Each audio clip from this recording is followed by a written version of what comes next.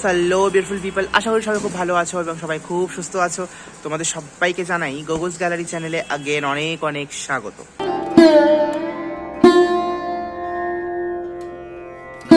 So video শুরু করার আগে সবাইকে বলবো যারা চ্যানেলে নতুন, লাইক কমেন্ট শেয়ার সাবস্ক্রাইব করবে, নোটিফিকেশন বেল বাটন প্রেস করবে যেন নেক্সট যত আমি ভিডিও আপলোড দেবো ইউটিউবের তরফ থেকে সবার প্রথম নোটিফিকেশন তোমরা তাড়াতাড়ি পেয়ে যাও।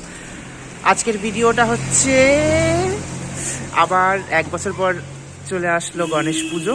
তো গণেশ পুজো উপলক্ষে যে আমি পাঞ্জাবি পরে রেডি হয়ে গেছি, অ্যাকচুয়ালি আমার বন্ধুর বাড়িতে পুজো, সো সব কিছু দেখাবো আমার গণেশ পুজো আমি কীভাবে সেলিব্রেট করলাম। তো তোমরা সাথে থাকো, ভিডিও দেখতে থাকো।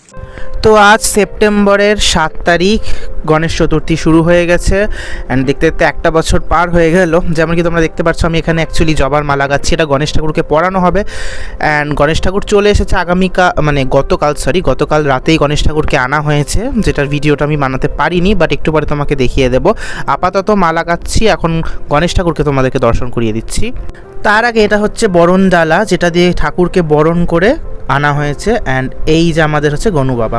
আমার বন্ধুর বাড়ির গণেশ পুজোতে এটা হচ্ছে এই বছরের শিবের আদলে গণেশ ঠাকুর করা আছে অ্যান্ড পেছনের ব্যাকগ্রাউন্ডটাও দেখতে পাচ্ছ তোমরা, ফ্লেক্স দিয়ে করা হয়েছে একদম শিবের স্টাইলে। মাথায় জটা, রুদ্রাক্ষের মালা, চাঁদ থেকে শুরু করে বাঘের ছাল, টোটালি একদম শিবের স্টাইলে।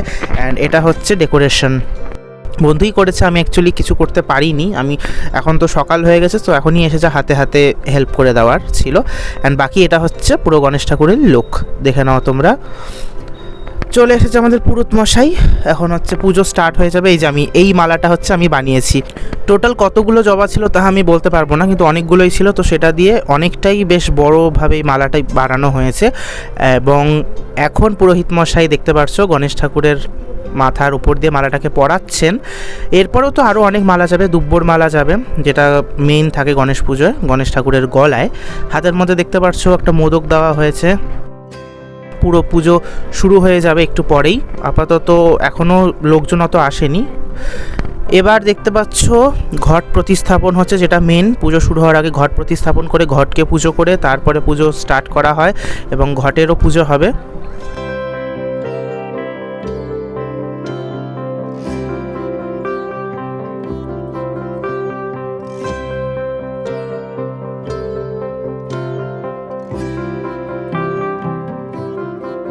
ঘটের মধ্যে দুব্বর মালা পরানো হয়েছে এবং দেখতে পাচ্ছ রামকৃষ্ণ, শারদামণি, গোপাল ঠাকুর রয়েছেন, কারণ শ্রীকৃষ্ণের অবতার বা শ্রীকৃষ্ণকে সাক্ষী রেখে যে কোনো পুজো করা হয় এবং সিদ্ধিদাতার পুজো যেহেতু, তো সেখানে শ্রীকৃষ্ণের বাল্য অবতার থাকবে না এটা তো হয় না। এবং দেখতে পাচ্ছ পুরোপুরি রেডি হয়ে গেছে সব, এখানে মিষ্টি থেকে শুরু করে অনেক কিছু এখানে রাখা হয়েছে। এইটা হচ্ছে ছোট্ট নারুগোপাল, দেখে নাও। তার পাশে রামকৃষ্ণ, শারদামণি এবং গুরু, দীক্ষা গুরু যিনি রয়েছেন। এখানে দেখতে পাচ্ছ ঠাকুরের ফেভারিট লাড্ডু থেকে শুরু করে অনেক কিছু, নাড়ুও রয়েছে, মোয়া রয়েছে, সব ভেতরে খই থেকে শুরু করে সব কিছু। পুরোহিত মশাই এখন শুরু করে দিয়েছেন পুজো।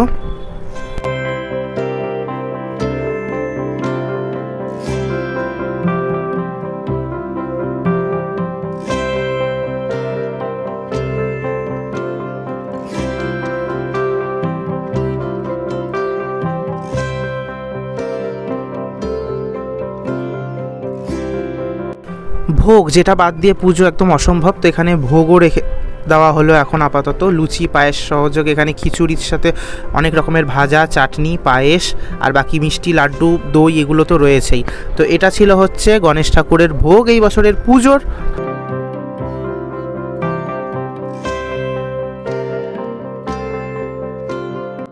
কথিত আছে গৃহস্থ বাড়িতে অ্যাটলিস্ট বছরে একবার গৃহযজ্ঞ করা উচিত, বা যে কোনো পুজোয় অ্যাটলিস্ট যজ্ঞ করা উচিত, যাতে পরিবারে সুখ শান্তি বজায় থাকে। তো সেহেতু আমার বন্ধুর বাড়ির গণেশ পুজোটা সবথেকে বড়, তো সেহেতু এখানে হোমযজ্ঞ অনেকটাই বড় করে করা হয়েছিল।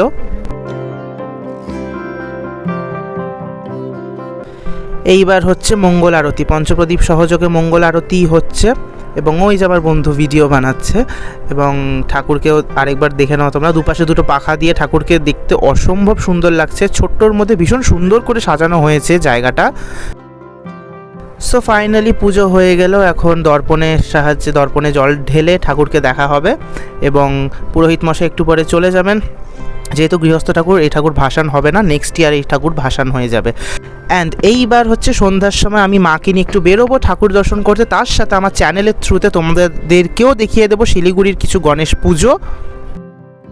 6 hours later. তো আমি আবার ফিরে এলাম, এখন হয়ে গেছে সন্ধে, পুজো কমপ্লিট হয়ে গেছে, এই যে পেছনে ঠাকুর রাখা। এবং যেহেতু গণেশ চতুর্থী, তো মা বেরোবে আমার মা, তো মাকে নিয়েও গেল বছরের মতো এই বছরও ঠাকুর দেখতে বেরোবো, কয়েকটা ঠাকুর মাকে দেখিয়ে দিই। তার সাথে সাথে তোমাদেরকেও আমি শিলিগুড়ির যেই গণেশ পুজোগুলো একটু পপুলার এবং একটু বড় হয়েছে, তো সেই ভিডিও ঠাকুরের এবং মণ্ডপের আমি হচ্ছে আমার চ্যানেলে দিয়ে দেব, এবং আমার শর্টসের মধ্যে ঠাকুরের ভিডিও তোমরা পেয়ে যাবে। তোমরা দেখতে পাচ্ছ আমার থেকে বেশি এক্সাইটেড তো আমার মা কীভাবে হেঁটে হেঁটে যাচ্ছে। তো আপাতত এই মুহূর্তে আমি আছি শিলিগুড়ি বিধান মার্কেট অটো স্ট্যান্ডে, যেখানে দেখতে পাচ্ছ এই যে মা পেছনে, আমি চলছি। এই মণ্ডপটা হচ্ছে মহারাষ্ট্রের রত্নাগিরি টেম্পলের আদলে বানানো হয়েছে এই মণ্ডপ সজ্জাটা, যেটা ভেতরে গণেশ ঠাকুরটাও আমি তোমাদেরকে দেখিয়ে দেবো। আপাতত মণ্ডপের ভিতরে ঢুকে একটু মণ্ডপের ভেতরের সিনটা তোমাদেরকে দেখাই। দেখতে পাচ্ছ এখানে পুরো হোয়াইট কালারে, বাইরের থেকে রেড এবং ভেতরে হোয়াইট, এবং এইটা হচ্ছে আমাদের গণেশ ঠাকুর, যেটা কিনা আনা হয়েছে কলকাতা থেকে। দেখতে পাচ্ছ তোমরা কি সুন্দরভাবে গণেশ ঠাকুরটিকে সাজানো হয়েছে এবং ফুটেও উঠেছে গণেশ ঠাকুরটা। এটা হচ্ছে সবথেকে আমার মেন চোখে পড়লো, যে মণ্ডপটার সাথে গণেশ ঠাকুরটা একদম পারফেক্ট ম্যাচ করেছে। ভেতর দিকটা পুরো সাদা এবং গণেশ ঠাকুরটা পুরো লাল, সো দেখতেও অমায়িক সুন্দর লাগছে।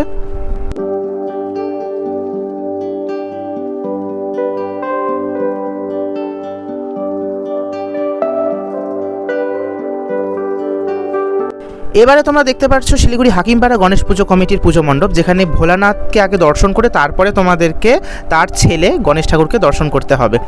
মণ্ডপের ভেতরে ঢুকি, দেখতে পাচ্ছ অ্যাকচুয়ালি যখন আমরা গেলাম আমি আর মা, তখন সন্ধ্যা আরতি হচ্ছিল, অ্যান্ড ইনি নাচছেন, এই দিদিটি নাচছেন, এবং পেছনে রয়েছেন সিদ্ধিদাতা গণেশ, যিনি ত্রিশূল নিয়ে বসে আছেন।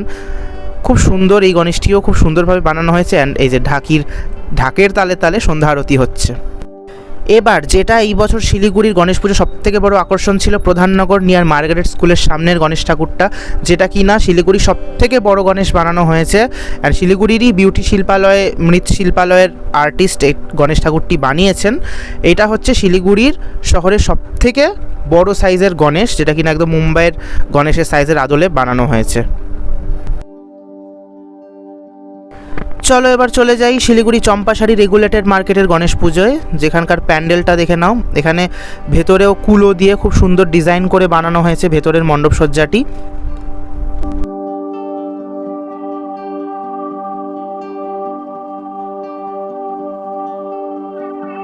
এবং এটা হচ্ছে সিদ্ধিদাতা গণেশ, যার পাশে রয়েছেন সিদ্ধি ও বুদ্ধি দুজনে, এবং এটা হচ্ছে আমাদের গণেশ ঠাকুর। এই সময় পুজো হচ্ছিল আমরা যখন দর্শন করতে গেলাম। কেদারনাথের আদলে তৈরি করা হয়েছে শিলিগুড়ি 3 বাত্তি মোড় গণেশ পুজো কমিটির পূজা মণ্ডপ। দেখতে পাচ্ছ কেদারনাথ মন্দিরের আদলে এখানকার প্যান্ডেল, এবং গণেশ ঠাকুরও কিছুটা শিবের স্টাইলেই বানানো হয়েছে, শিবের মূর্তির মতন। শরীরের রং থেকে শুরু করে, পোশাক থেকে শুরু করে এভরিথিং। শিলিগুড়ি মধ্য শান্তিনগর ডাবগ্রামের প্যান্ডেলটা তোমরা দেখতে পাচ্ছ, বানানো হয়েছে বৃন্দাবনের প্রেম মন্দিরের আদলে, যেখানে প্রচণ্ড পরিমাণে ভিড় ছিল, ঢোকা যাচ্ছিল না। ওই জন্য আমি দূর থেকেই মন্দিরের ভিডিও এবং গণেশ ঠাকুরেরও ভিডিওটা আমি বানালাম। দেখে নাও, এই সময় পুজো হচ্ছিল এবং তার সাথে সাথে ফাংশনও চলছিল, তো আমি বেশি এগোতে পারিনি। এইভাবেই তোমরা গণেশ ঠাকুরকে দর্শন করে নাও।